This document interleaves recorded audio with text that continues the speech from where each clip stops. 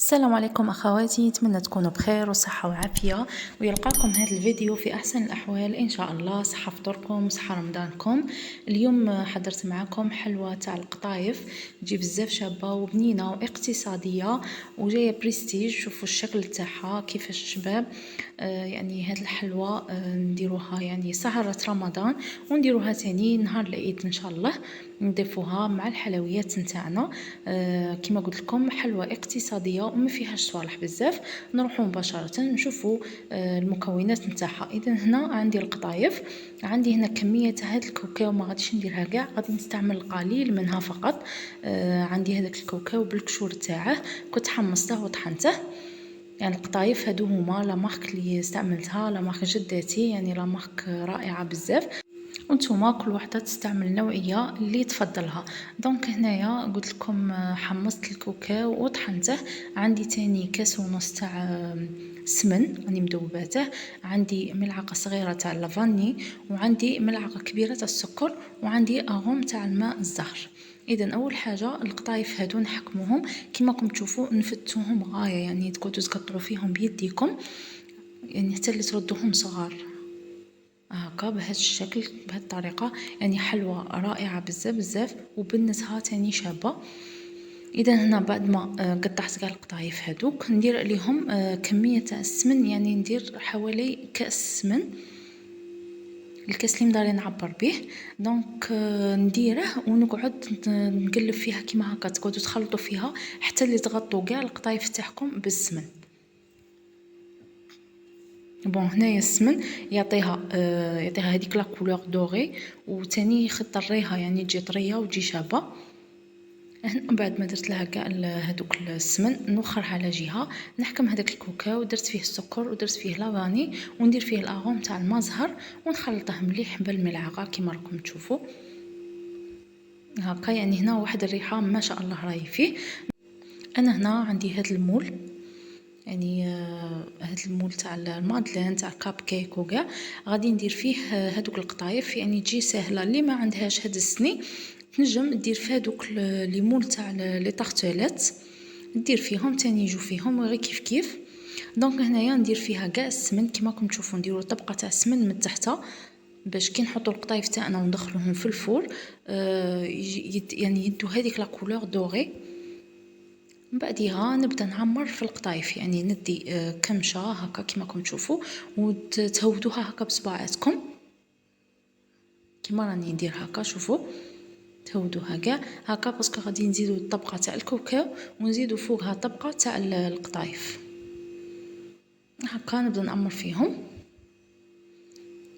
يعني طريقه سهله وبسيطه، وكما قلت لكم المكونات تاعها بسيطه جدا. انا هذا الكاوكاو طبعا غادي نزيد نخدم به حلويات اخرى، يعني انواع اخرى تاع الكاطو، باسكو هنايا ما داليش كاوكاو بزاف، دالي غير كميه صغيره، يعني حوالي نصف كاس تاع كاوكاو، واحد 100 غرام هكا تاع كاوكاو داها لي هاد الحلوى تاع القطايف. دونك نبدا نعمر في الكاوكاو كما كتشوفوا، نديروا كميه قليله هكا باش نزيدو نغطوه من الفوق بالقطايف. بعد ما درته كاع نعاود نبدا نبلح فيه من الفوق بالقطايف، وتقعدوا تدركوا عليهم هكا بصباعاتكم كما راكم تشوفوا باش يجوا حبات كاع متساويين هكا بهذه الطريقه. يعني هاد الحلوى والله ما داتش مني وقت بزاف، وما داتش تاني مني مكونات بزاف كما تعرفوا مع غلاء الاسعار ايتو. دونك واحد يشوف حلوى تكون مكوناتها بسيطه واقتصاديه يديرها في العيد. الا وصلتوا معايا حتى لهنا في الفيديو فضلا وليس امرا، اللي ماش مشترك عندي في القناه يشترك ويفعل زر الجرس هكا باش يوصلكم كل جديد من عندي. اذا هنا بعد ما درت كاع القطايف من الفوق ندير ملعقه تاع السمن فوقهم كاع، يعني كل حبه ندير فوقها السمن هكا كما قلت لكم، باسكو السمن هذا يعطينا هذيك لا كولور دوري شابه هكا. انا هنا راني شاعله الفور على 180 درجه، دخلت البلا تاعي طاب القطايف طابوا من تحت ويزيدوا تاني يتحمروا من الفوق كما راكم تشوفوا. كي نخرجهم هكا حامين نبدا ندير في كل حبه ندير حوالي ملعقه كبيره تاع العسل، يعني الحسل يكون بارد والقطايف يكونوا حامين. هكا القطايف هذوك يتشربوا كاع هذاك الحسل ويعني يهود فيهم حتى من تحت وفي الوسط تاني يجوا معسلين ومشربين غايه. وانايا عندي حبه تاع اللوز كنت قسمتهم في النص ونزين بيهم. دوك تشوفوا كي نقلبهم نزين بيهم من الفوقه باللوز. ما تنسونيش ديروا لي لايك باسكو اللايك تاعكم هو اللي يحفزني باش ندير لكم فيديوهات اكثر واكثر. هكا نعسلوهم كاع. هنايا طبعا راني كل ما ندير الحسل في حبه يتشربها هذاك القطايف هذوك يشربوا كاع هذاك الحسل. كما قلت لكم القطايف حامين والحسل راه بارد دونك يشربوا الحسل غايه. نتمنى ان شاء الله تجربوا هذه الوصفه وتقولوا لي رايكم في التعليقات. كما قلت لكم هذه الحلوى تاع القطايف تنفع في سهرة رمضان، تنفع تاني نهار العيد، يعني ديروها حلويات العيد. حلوى سهله وبسيطه وبنينه بزاف في نفس الوقت. انا هنايا بعد ما كملت كاع غادي نزينهم في لاكاسات، يعني يجي الشكل تاعهم رائع. كما راكم تشوفوا هنايا غادي نجيب البلا تاعي ونقلب فيه هاد السني. كما يعني ديروا نفس الطريقه، ما تخافوش يلصقوا لكم ولا غادي ينقلعوا معاكم بسهوله باسكو رانا دايرين السمن من تحت. شوفوا ما شاء الله كيفاش تحمروا، كيفاش جات هذيك لا كولور دوغي. كما قلت لكم السمن هو السر تاع باش يحمر لكم هاد الصوالح المعسلين، السمن هو اللي يحمرهم.